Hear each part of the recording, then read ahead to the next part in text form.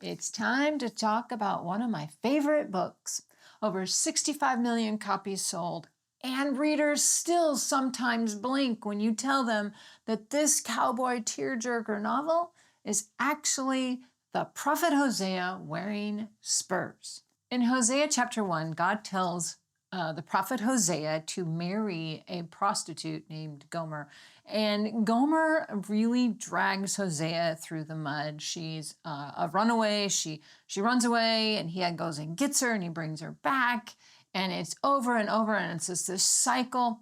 And she's really a representation. The story of Hosea and Gomer is a representation of the people of Israel and their relationship with God. Now enter Francine Rivers, California, 1850s. Francine Rivers keeps the bones of the story of Hosea, but she has the relentless husband and the restless wife. But she trades out sand for Sierra grit, the temple priests for brothel owners, and national Israel for this one woman named Angel. Angel has an extensive resume of brokenness. So Angel is trafficked at 8 years old by a man who calls her Tirzah, which in Hebrew means delight, which is really kind of ironic. By the time she's 20, she's the highest paid call girl or prostitute in the town of Paradise. And she really is very jaded. She thinks of love as being money with glitter on top. And her nightly prayer is, "Don't let me hope." Now enter a simple farmer named Michael. Now Michael goes to town and he hears God say, "That's the one, go get her." So what does that mean for poor Michael is he goes to the saloon, he pays her fee, and he goes and he sits and just talks to her. And eventually he marries her and brings her home. And he does this without thinking, "Oh my goodness, she's going to thank me." No, he does it because God told him to. And Francine Rivers really lets him fail. She lets him experience all the human emotions, the lust, the rage, the fierce fighting for what he thinks he's supposed to have in this woman, and God told him to marry her, and really lets him wrestle with all the human experience. This book goes through similar cycles that the book of Hosea does. Now, Angel bolts, runs back to the brothel. Michael follows after her, brings her back home.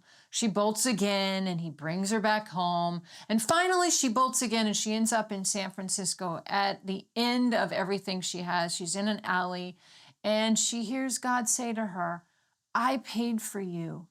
I redeemed you." And she responds to that call, and she has a life-changing experience with God right there in the alley in San Francisco. Critics say that this book turns women into fixer-uppers, and I suppose that's fair if you read this book like a dating manual, which I don't recommend. Francine Rivers swears that this book is an allegory first and a love story second, because Angel and Michael represent every person who's ever been chased down by God when you're sprinting the wrong way. This book resonates with abuse survivors who can relate to Angel's first raw prayer of, "I don't know who you are, but I'm tired." And God meets us right there with that prayer. This book hands us the words to express our deep need for a Redeemer. Does it ace systematic theology? No. Does it endorse prostitution? No. It highlights and spotlights the need for a Redeemer. If you've read it, drop in the comments what impacted you the most about this book. And if you haven't read this book, drop down into the description and follow the link and grab a copy today and read it. And once you get done reading it, hop back on here and let us know what impacted you, what your thoughts are about this book. In 2022, Redeeming Love became a movie, and it was number 4 on opening night in the box office. Now, the movie, It dulls some of the brothel grit. It softens some of the trauma, but it's still very raw and emotional. And it really resonates with viewers and readers, that white dress on such a broken person who's redeemed. Who have you written off as too damaged for love? This story screams at us to chase after them like heaven's on the line, because it is. But then it spins around and says to all of us, you're the chaste too.